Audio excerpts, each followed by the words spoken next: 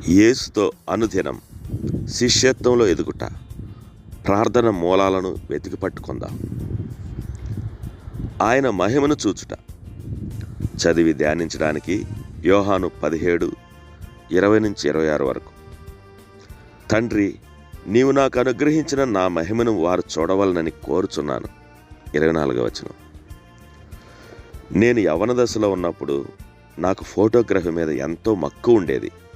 అప్పుడు నేను నేర్చుకున్న సూత్రాలలో ఒకటి, సంఘటన కోణము ఎల్లప్పుడూ ప్రతిబింబ కోణానికి సమానంగా ఉంటుంది. ఇతర మాటల్లో చెప్పుకోవాలంటే, నీవు కెమెరాలో నుంచి ముఖాన్ని చూస్తే ఫోటోలో కూడా నీ ముఖమే వస్తుంది. క్రైస్తవ జీవితంలో కూడా అచ్చం ఇలాగే ఉంటుంది. నీవు దేవుని వైపు ఒక చూపు మాత్రం చూసి ఆ తర్వాత పక్కలకు చూస్తే అదే ప్రతిబింబం నీ ఆత్మపై ప్రతిబింబిస్తుంది.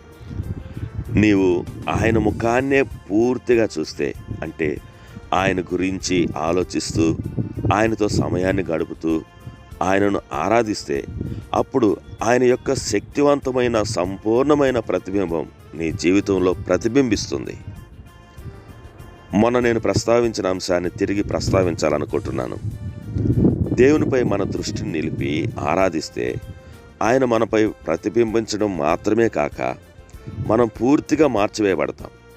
అది ఎలా ఉంటుందంటే, ప్రతిబింబించేదానికి అనుకూలంగా అద్దమే మార్పు చెందుతుంది.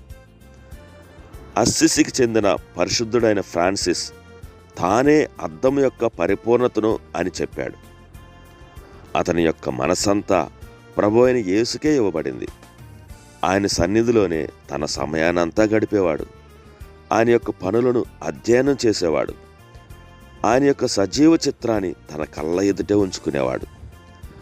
ఆయనను సంపూర్ణంగా ప్రతిబింబించేవాడు.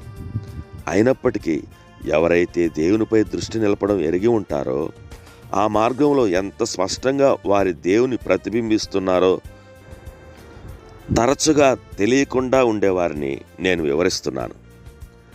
నిన్న నేను చెప్పినట్లుగా అద్దం దేనిని చూచుటకు ఉద్దేశింపబడిందో ఆ వస్తువు ఎదుట నిశ్చలంగా ఉండకపోతే అద్దం వలన ఎలాంటి ప్రయోజనం లేదు.